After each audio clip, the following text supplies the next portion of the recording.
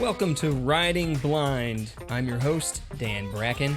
My brother Jeff is crazy, but he's my hero because he is riding across the United States of America to raise awareness for Usher syndrome and along the way teaching us all to be content with whatever our circumstance. Usher's is the leading cause of combined deafness and blindness, but for Jeff, it's not an obstacle, it's an opportunity. And Jeff wants others, especially those with Ushers, to know that they too can live a full life and that regardless of who you are, your limitation does not define you. Hey, what's up? Oh, just chilling. Can you hear me okay? Well, it's a little windy outside, so sometimes when the wind picks up, Gotcha. you hear you as well, but yeah. Okay. So, Hey, first of all, you have a guest with you. Why don't you introduce Beth, and then maybe the two of you together can chime in on your weekly recap. okay, yeah.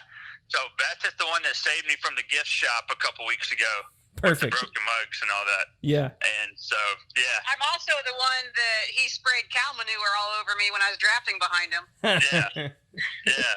So that's Beth. But this week, we hit flatland this week. It's been good weather. It's been flat. It's been good riding, which means we're actually getting in at a decent time and able to have a lot of downtime in the afternoon. So, like, we went to a lake earlier this week in Ogallala. Is that where it was? Yeah. Yeah, in Ogallala, Nebraska.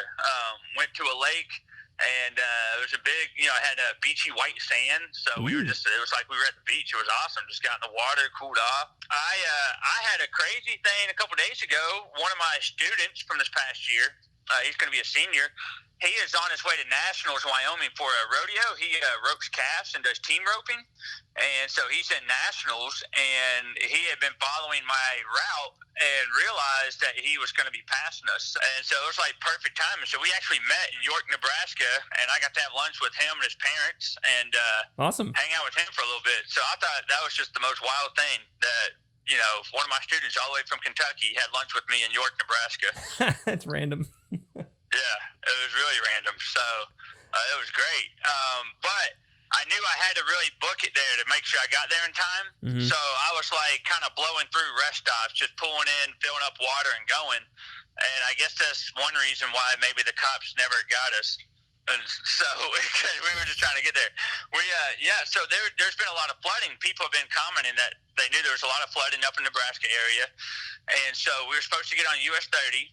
And that part of the road was closed that day. At least it was in the morning, first thing in the morning. So we had to reroute, and we were rerouted onto Interstate 80 for, I think we were supposed to be on there for like 20 miles total, something like that. Mm-hmm. And then we'd take an exit, and then we were able to get back on a 30, like after the closure.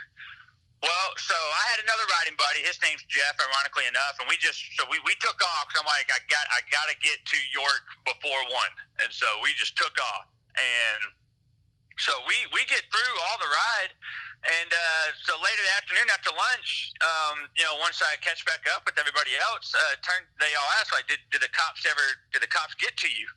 I was like, what are you talking about? So we were on the interstate, and all of a sudden, like, there was a group of about 10 or 12 of us, and then all of a sudden, this cop car comes with his lights on and, like, pulls over right in front of us. We all, like, almost run into each other. It was, like, dangerous what he did. He gets out of his car all, like, huffy and everything, and he's like, you guys got to get off this interstate right now. You don't belong here. There was a sign clearly marked that you cannot be here. And then somebody else asked, well, can we just go up to the next exit, which was only a mile away? And he finally agreed to that.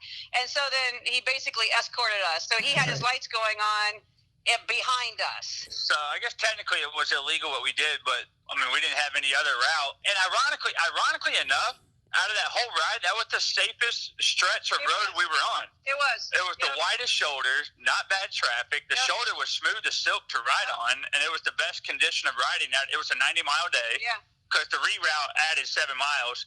So it was a 90-mile day, and that was like the safest 20 miles we were on. Yeah. So what was really funny, we were like, well, 2 riders are ahead of us, which was Jeff and Jeff, and everybody was concerned. Like, when we gathered back up, we were like, where's Jeff and Jeff? Did they get pulled over? What's going to happen? And then we get back that night, and they weren't even touched by the cops at all. Yeah, so I outbiked the cops. That's what I like to say. I think it's a little fun to say. So, and and then it was technically a state law, and so cops were doing their job, but it's just kind of ironic, and that was still the safest stretch. But I gotta say though, living here in Tip City in Ohio, I'm up and down I-75 and back and forth on I-70 quite a bit, and I have never ever seen a cyclist on the interstate. Well, I've been on I-75 up to your house too. I wouldn't want to get on 75. I mean, this interstate, really, the shoulder was huge, and the traffic was not that bad. Yeah. But if I were on I-75 out where you are, I've been up there too. I wouldn't cycle on it. No way. I think it is illegal in Ohio to be on the interstate. Yeah. As cyclists. Pretty sure it's illegal in Kentucky too. Apparently, Nebraska too. I bet in like every state, probably. I don't know. But if those cops would have come after you, you wouldn't have seen them anyway. If the cop pulled up in front of you, you wouldn't have seen him and ran right into him. It probably would have made things a little worse. Yeah, that could have been really disastrous. I probably would have been hauled off to jail for like resisting arrest, but I would not have known I was resisting arrest. Right. Yeah. So, anyways, but so no, it was just a lot of great flat riding. I mean, it was we were 4 weeks just mountain ranges all around us, which was kind of majestic and cool. But there's something majestic about just seeing off into the distance and the horizon everywhere you look too. So, I mean, the countryside. I mean, it's just it's all just scenic. Mountains or no mountains, so it was cool. Are you experiencing any heat or humidity yet? Yeah, getting into it. I haven't really, I don't know. We've been able to get done by noon, and so the heat hasn't really come out real bad yet. So, but I know it's supposed to start getting up to 100 this next week. Ooh. And I'm nervous about Hurricane Barry coming through. I mean, I hate for what's going on down south, but I'm sure we'll get some of that leftover rain. I bet we'll be riding into. Yeah, let's hope not. That's my guess, but I don't know. We'll see. Did you have any Usher moments this week? All right, I'm turning it over to Beth. We had a wiffle ball game going the other night, and there were several Usher moments in that wiffle ball game. Oh, and I'm gonna let Beth share from her perspective. I try not to constantly bug Jeff there's a post there, there's a tree there, stuff like that. And I have let him get hit in the head a couple of times with a tree branch, not on purpose, but And so we divide up teams, and he and I and the rest of the group are out in the outfield, which this is not a very big area. And there's trees all around. And there was a, what was that thing? Water pump? Like a water spigot? Yeah. It was about 4 feet tall. Had one of those old-fashioned handles on it or whatever. And he was standing right next to it. So I thought he knew it was there. And the ball was hit, and he goes after the ball and turns around and runs smack into that thing. And he's like, whoa. And then there was another time the ball was hit. And he was just standing there, and the ball landed right next to his foot, but he didn't see it at all. And he's looking around, and we all start laughing. And then he's like, "Oh, the ball must be next to me," or something like that, and looks down, and it's right there. And then later on, it was getting towards the end of the game, and I look over, and Jeff is engulfed in this tree, just standing there, and it's all around his head, and the trunk of it is maybe 2 feet behind him or whatever, just standing there. And he looks at me, and he's like, "So there's a tree right here, isn't there?" I'm like, and I just happened to look to my right, and there was a tree branch, and then I turn around, and there's a tree right there, and I just told them, I was like, I had no idea I was standing in a tree. Yeah, so it was a huge tree too. Yeah, so it's a good thing a ball didn't get hit my way. I'd have been clobbered. Yeah. Just by hanging out with Jeff, are you learning anything about, not necessarily specifically ushers, maybe you are, but just about disability in general? So he just has such, a great positive attitude about it, and just lots of laughter and everything. And there could be two ways to take a person's disability. Either they've got a great attitude about it, they're going to fight it, and they're going to have the best day that they can have regardless of their disability, or you have the other side where it's all, woe is me, I hate this disability, I can't get through life. And so I think Jeff, just his attitude about it is, if I can call it inspiring, it really is inspiring.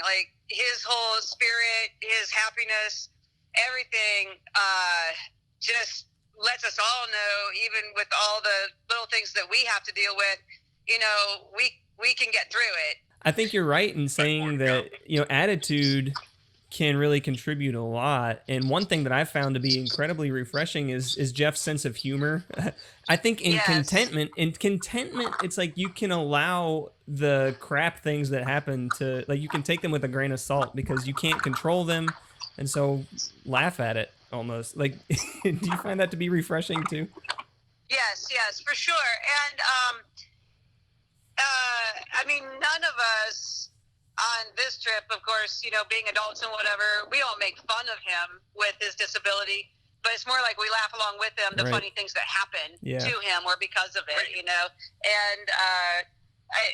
the lightheartedness definitely helps us, I guess. Yeah, so another incident of that, when we were going to the lake, we were driving out in the car, and I'm behind the driver's seat, and we're driving past this like lake reservoir to the right, and I'm looking over, and we're trying to figure out how to get there, and we pass it, like we just keep on going, and I was like, I don't stay because Beth's husband's driving, and I'm like, did we miss our turn back there? Because like the lake is gone now, right? That's what I'm thinking. So finally, I was like, so we passed the lake, and the person next to me, her name's Sue. She goes, Jeff, look left. And I look left, and it's just this like massive lake that goes on for miles. It's just huge, and I'm like, oh, Yeah. that's the lake, and it was like right there on my left. He was totally looking at the reservoir thinking that was the lake, and the real lake was on the other side. I do want to say one more thing, though, brother. Jeff is absolutely the one I trust the most with cycling. I know I can draft behind him, and I have no fear whatsoever. And I absolutely, he doesn't make any quick movements or stops or anything like that, and I feel 100% comfortable with him. I don't make quick movements because I don't see anything to react to. That's the danger, drafting behind Jeff. If he runs into something so easy. Just gross, apparently. Yeah, when you're following cattle drive. Yeah. And that was actually really funny. I know you guys have talked about this in another podcast, but when I was trying to tell him, we didn't know there was cattle drive ahead. So it was totally fresh, wet poop.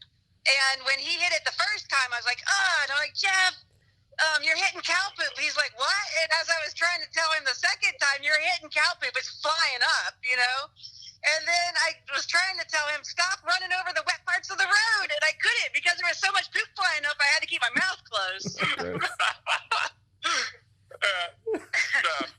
you go.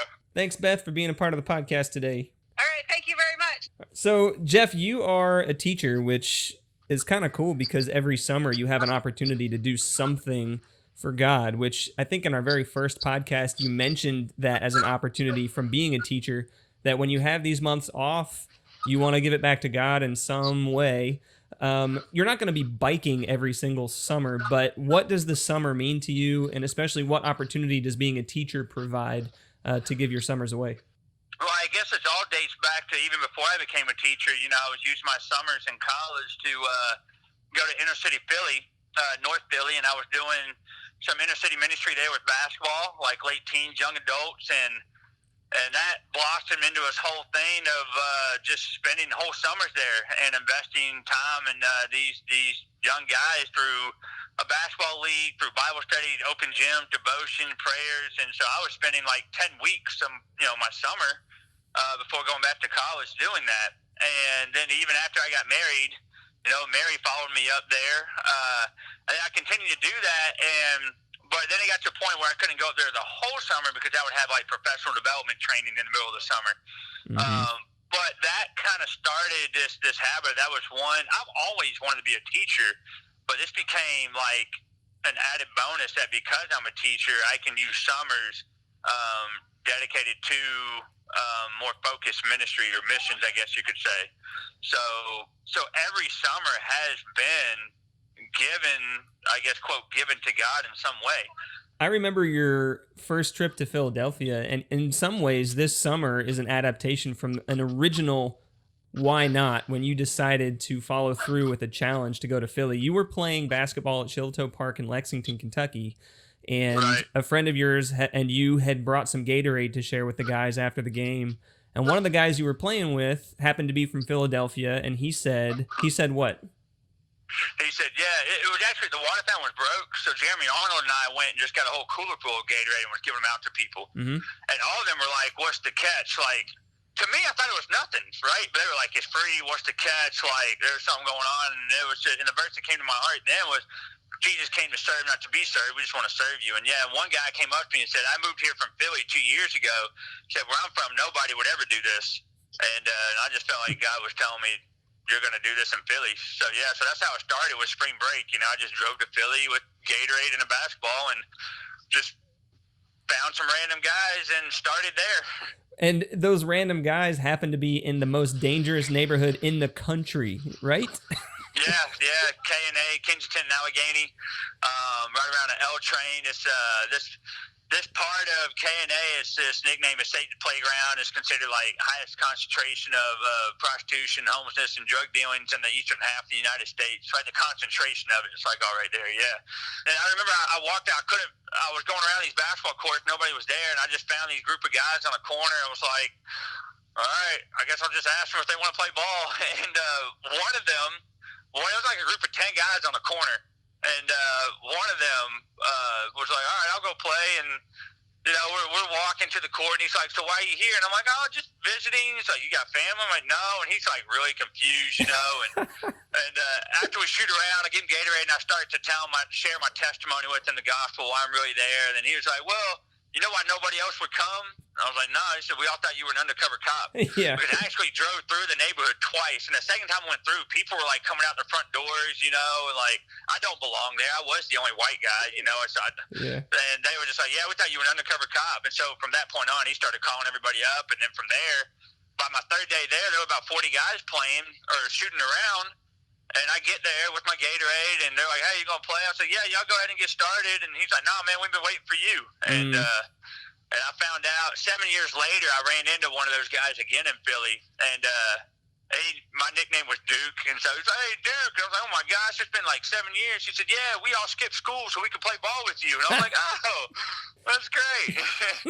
So, yeah. But it's amazing what that turned into. It turned into like a league with uniforms and like people, churches sponsoring teams. Jerseys, 20.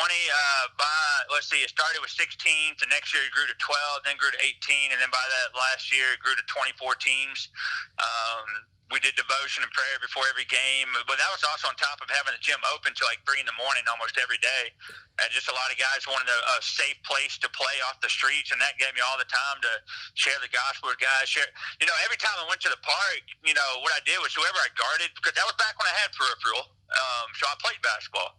And whoever I guarded is who I would give a Gatorade to, and then I would just start talking and start sharing my testimony. By the time I was done, everybody at the court would be in a circle around me listening. So it reminded me of the verse in John where the Pharisees say, look, there's nothing we can do. See how the whole world is going after him. And that's what it felt like to me in those moments. Like everybody there at the court would be circled up listening to the gospel and listening to my story. Surely there was probably a time too, and correct me if I'm wrong, where you started losing your peripheral, and you still didn't maybe realize. I can, because I can think back to when I would serve. I would referee, right? And I remember started realizing like it's getting really hard for me to ref. Like I'm missing calls. You know, players are getting mad because calls are being missed, and I just remember thinking, and even playing, like when I was playing with them. You know, when you play in a 2-3 zone, I was always the big man in the middle. And, you know, I could always catch the guys who would be cutting from the wing, cutting across the lane. And, you know, I could stop them.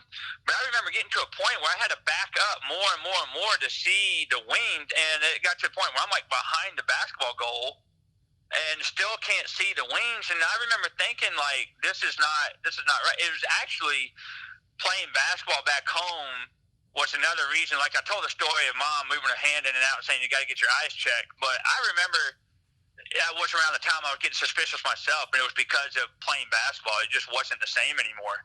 Like I didn't remember it being so hard to find people or find the ball off the rim for a rebound and all that. So so they were so in Philly, riffing was very difficult. Yeah. So I think people need to understand that biking was not your first passion, right? It was basketball. No, I've only been in it for 2 years. Yeah. So this really, you being on this biking adventure this summer was one of your first major adaptations from having to let go of something that you used to love and picking up something new. Yeah. Talk about the importance of adaptation with that in mind. Well, I think one important thing is I'm gonna go back to a time when me, you, and Matt were all back home for a holiday, I think it was. And you know, a lot of times when we're back home, someone arranges to have open gym at the church we grew up in, right? Yeah. And do you remember that day where I went to play back? Because even with Usher, I would sometimes play basketball with you all, right? Yeah. Because you understood kind of how to play with me, and but I remember this one time at Southern Hills Gym, I went out there and I didn't even last a minute. I was like, it's so bad, I can't play, like I can't do this, and I was so disappointed. I was so upset. Because that was something I loved doing, was playing basketball, and of course playing with you, Matt, and Dad. And I felt pretty defeated, you know. So I think adaptation is a survival mechanism. It's a way to say you won't admit defeat. And I think even if I didn't find cycling, I would still be content, right? Because I've learned what contentment means. But it adds another dimension of fulfillment, or another dimension of enjoyment, I guess you can say, to adapt. And adaptation allows me to, I guess, it helps to have a positive attitude, you know. It helps to create an inspiration to other people, that you can also adapt. If I didn't adapt in these ways, I would probably set myself up for a trap to feel like Beth talked about, woe is me. Mm-hmm. If I didn't adapt, I think I would be creating an environment, even unintentionally, to where I'm going to be all about woe is me. Or other people might look at me and go, oh, woe is him, you know? But I think it's easier for other people not to feel pity for me because I'm adapting and they see me doing things and enjoying life. Right. Mm-hmm. So I think that's really important, because if we're not adapting, you become complacent, and even if you don't have a disability, you should never be complacent. When you're complacent, you become too comfortable and you miss out on opportunities in life. And, you know, Scripture says, make the most of every opportunity to do good. So if we're not always adapting, there's always things that happen in our life. Even if it's not a disability, right? You lose a family member, or, you know, a friend gets cancer, or whatever it may be. So there's always life circumstances that are happening. So woe is me is not fun. Like, it's just not fun. That's right. And it's not fun for other people, right? Mm-hmm. I mean, other people it's even hard for people to have empathy for you when all you do is whine and complain and woe is me and pity me, pity me. Like, people don't even like being around that. So then you're having a hard time even experiencing the fulfillment of being in community, because people tend to avoid you, at least in my experience, you know. I think self-pity is probably one of the greatest manifestations of pride, because pride is selfish thinking, right? And so when you're in self-pity, you drive yourself away from other people, and then all of a sudden you're left to do everything on your own. You're left in isolation, and you're stuck inside yourself, because that's all that you've surrounded yourself with. Yeah, that's a great point. I hadn't thought of it like that, but yeah, I definitely see that. You know, you said that adaptation is really important for people even without disability. I think one great example of that, and it's in real similar thread to your story of moving from basketball to cycling, is our dad. He was also told that he should not play basketball because of his back. And to grieve that, like, he loved basketball too, but he has also picked up cycling and has found great joy in that. What kind of joy do you see in seeing our own father? Like, the apple doesn't fall too far from the tree, right? Yeah.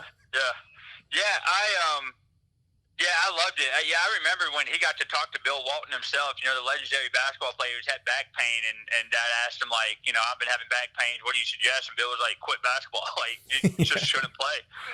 And so I remember telling Dad, like, Dad, like, I bet if you cycled, I bet it would be easy on your back. Like, you could probably do that pretty well. And you know, he's you know how he is with budgeting money and stuff. And so I wonder if his hesitation at first was like buying a new bike, but he finally took the plunge, and I have loved it.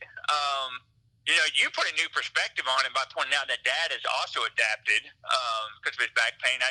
But you're right, he adapted. Yeah. But for me personally, I've loved it because it's something we can do together, and we have gone riding together, and I just love it. I love being able to go riding with him and enjoying it because I always love playing basketball with him, and so naturally I want you and Matt to pick up cycling so we can all go together. Other people are quicker to adapt than others. That's all I'm saying. There you go. But Dad has always been an inspiration. I mean, he's always been. Think about all the volunteering he's done with United Way. Yeah. I mean, he's volunteered United Way so many times, and I think that's been passed on to us. So, like when you say apple doesn't fall far from the tree, I mean, I know a lot of our service is rooted in Christ, but like we've had that modeled for us and Dad with him and United Way for years, and so. Yeah. Well, that shows me that adaptation can be taught. It can be learned. Yeah, that's a great point. And I think that because you and Dad were both able to adapt, like you said, I think it's healed. It's put a Band-Aid on a little bit your grief from having to give up basketball, probably for both of you, because your new adaptation has given you new opportunity for new experiences. Yeah. Which is one way to lead a full life. You know? I think you're right, man. I think adaptation. I mean, so contentment and adaptation are really closely tied together, and those are two keys to living a full life. You always put the perspective into it, Dan. Hey, okay, so I've got the Facebook questions brought up. Can you answer these Facebook questions in 20 seconds or less each? All right, let's go. All right. Our brother Matt wants to know about your butt cramps. I haven't had any since that one day. I'm good. Have you hit any bad weather, and what did you do? I've already talked about the rain, sleet, hail, and snow, and we just powered through that. But I guess if they mean like thunderstorms, we've actually been talking about if we get stuck out here in the middle of nowhere, the agreement is we lay our bike down with the tail light. We have the red flashing tail light, so with the tail light facing the road, and we get down and then try to get down in the embankment if there is one. And then that way, if a SAG vehicle is passing, that they can see the flashing tail light, and then they could pick us up if they need to, and then just be making runs. But if it's just raining hard, we'll just keep on riding. What do you most look forward to when you get home? Well, the family, the dogs, the bed. Do you wear a particular type of shoe to help your feet from blistering after all that pedaling? Yes, I have bike shoes. Bike shoes clip in, but they also have the special, they're not shoelaces that you tie. There's like a knob that you twist to tighten the shoes. And the very first 96-mile ride I did, in the first week, my feet were hurting so bad. And that was because the feet can swell up. And that's what that knob is for, so that as you ride, you can loosen it as you go. I don't really need to do that. I just kind of keep it loose to begin with. But, yeah, so my feet don't blister or anything, but they can swell up in a ride. Are you keeping track of weight loss? Yeah, but it's hard to find a scale. Your son Isaiah wants to know how you made it through the mountains. Oh, yeah, Isaiah. So I rode in what your Uncle Paul calls the nanny gears. I just went down to the low gears and just so it could pedal easier. And I would just look ahead and say, I can make it to that point. And when I got to that point, I would look further and I would say, I can make it to that point. And then I would just keep going until I was finally done. Awesome. Hey, Jeff, man, thanks for chatting with me today. Have a really great ride this week. Yeah, all right. Thanks, Dan. If you haven't had a chance to join the Facebook group, go ahead and do that. Facebook.com/groups/ridingblind. Just posted a video of Jeff sharing a 5-minute devotional while out on the road about a phrase that many of us would presume to be in the Bible, but it's not. It's actually a load of crock, as Jeff says. Check out that video and more on the Facebook group. Can't wait to catch up with Jeff again next week as he rests in Peoria, Illinois. And remember, you can be free to live the life you want, regardless of limitation. For more information on Usher syndrome, simply visit usher-syndrome.org. To learn more about Jeff's trip, visit fullercenterbikeadventure.org. Thanks to Ginghamsburg Church for loaning the gear to make this possible. We'll do this again next week. Thanks for listening to Riding Blind. I'm your host, Dan Bracken.